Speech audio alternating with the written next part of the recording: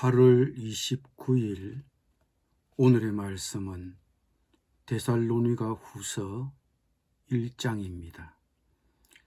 바울과 실로아노와 디모데는 하나님 우리 아버지와 주 예수 그리스도 안에 있는 데살로니가인의 교회에 편지하노니 하나님 아버지와 주 예수 그리스도로부터 은혜와 평강이 너희에게 있을지어다. 형제들아, 우리가 너희를 위하여 항상 하나님께 감사할지니 이것이 당연함은 너희의 믿음이 더욱 자라고 너희가 다 각기 서로 사랑함이 풍성함이라. 그러므로 너희가 견디고 있는 모든 박해와 환난 중에서 너희 인내와 믿음으로 말미암아 하나님의 여러 교회에서 우리가 친히 자랑하노라. 이는 하나님의 공의로운 심판의 표요 너희로 하여금 하나님의 나라에 합당한 자로 여김을 받게 하려 함이니 그 나라를 위하여 너희가 또한 고난을 받느니라.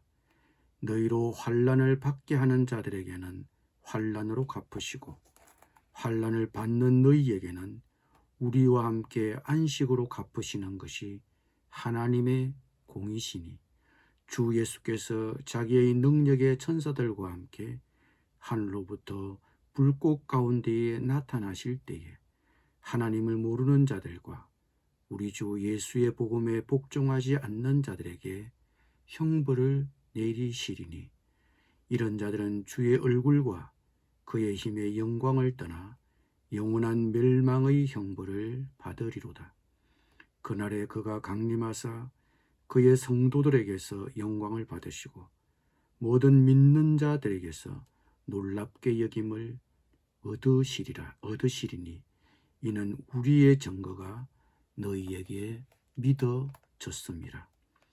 이러므로 우리도 항상 너희를 위하여 기도함은 우리 하나님이 너희를 그 부르심에 합당한 자로 여기시고 모든 선을 기뻐함과 믿음의 역사를 능력으로 이루게 하시고 우리 하나님과 주 예수 그리스도의 은혜대로 우리 주 예수의 이름이 너희 가운데서 영광을 받으시고 너희도 그 안에서 영광을 받게 하려 함이라. 아멘. 효과적인 소통이란 어렵습니다. 분명히 말했거나 기록한 경우라도 편견이나 선입견으로 인해 말을 잘못 해석하고 오해할 수 있습니다. 바울과 데살로니가 교회의 신자들과의 관계에서도 이런 문제가 발생했습니다. 바울은 데살로니가 교회 신자들의 믿음이 자라도록 돕기 위해 그리스도의 재림이 확실하다고 단언하면서 이들을 위로하고 격려하기 위해 편지를 써 보냈습니다. 그런데 불과 몇 달 후 데살로니가 교회의 일부 신자들이 그리스도의 재림에 관한 바울의 가르침을 오해했다는 소식이 들려왔습니다.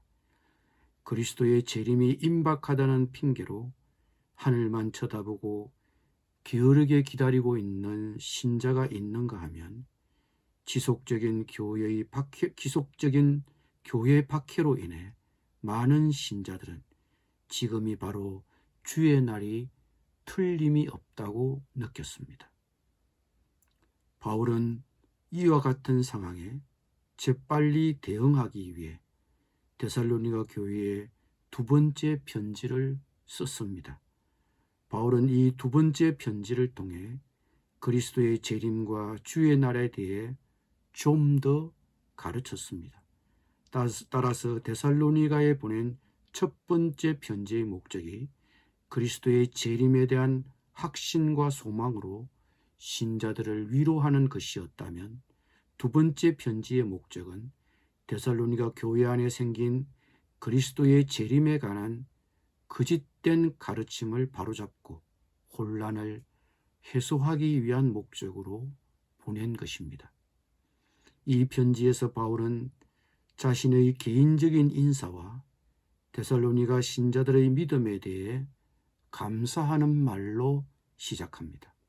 바울은 이어 데살로니가 신자들이 박해와 환난에도 불구하고 인내하며 믿음을 지켰다고 격려했습니다.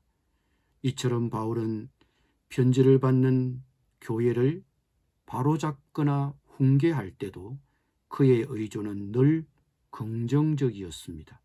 그는 수신자들에게 자신이 감사하다는 것을 언급하고 그들의 믿음 때문에 자신이 느끼는 기쁨을 표현하면서 편지를 시작하고 있습니다. 우리도 누구에겐가 훈계할 것이 있다면 먼저 그들을 격려하고 장점을 찾아 인정하면서 이야기를 시작하는 것도 좋을 것입니다. 다음으로 바울은 이 편지를 보내게 된 주된 이유 중에 하나인 그리스도의 재림이라는 주제를 꺼냅니다.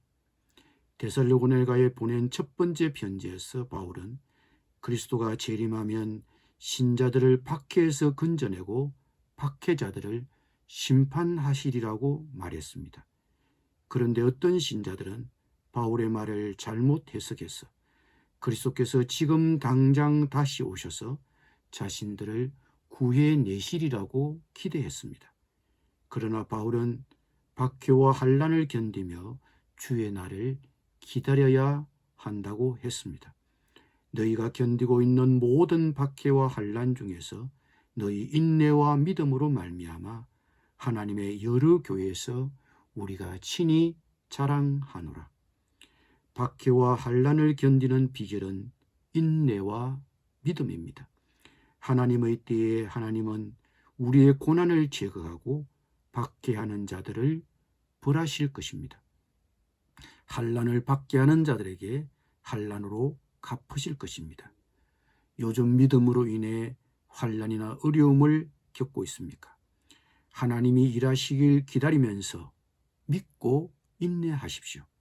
뒤틀린 세상에서 하나님의 백성으로 살려면 어려움이 따릅니다. 우리가 살면서 겪는 역경과 고난의 대부분은 타락하고 죄로 가득한 세상 때문이고 선과 악의 싸움 때문이며 우리의 제약된 본성과 새로운 본성 간의 싸움 때문입니다. 역경과 고난을 잘 견디십시오. 그 고난이 우리로 하여금 하나님의 나라에 합당한 자로 여김을 받게 할 것입니다. 분명한 것은 주께서 재림하시는 날에 모든 잘못된 것이 바로 잡힐 것이며 심판이 선포될 것이고 한날을 받는 우리는 안식할 수 있을 것입니다. 그날에 하나님을 모르는 자들과 우리 주 예수의 복음에서 복종하지 않는 자들에게는 형벌을 내리실 것입니다. 그 형벌은 영원한 멸망입니다. 구원의 소망이 없이 하나님으로부터 영원히 분리될 것입니다. 바울은 데살로니가 교회의 신자들이 심판자이신 예수께서 오실 때 하나님의 나라에 합당한 자로 간주될 것이라고 선언한 뒤 그들이 지금도 이 부르심에 합당하게 되기를 기도합니다.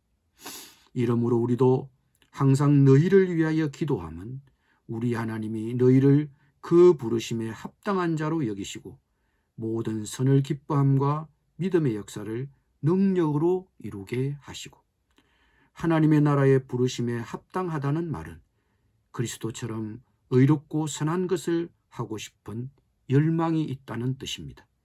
그리스도를 점점 닮아가는 것입니다.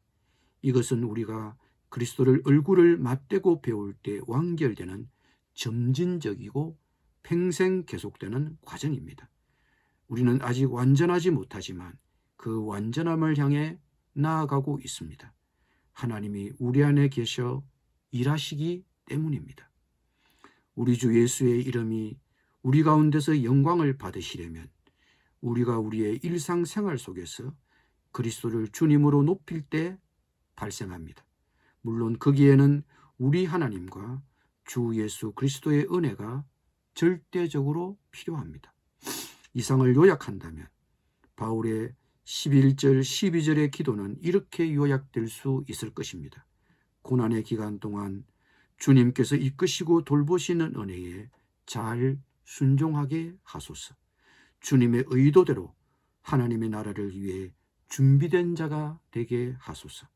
그 결과로 주님께나 성도 각자에게 영광이 되게 하소서. 어려움과 고난에 처할 때 나의 기도는 무엇입니까?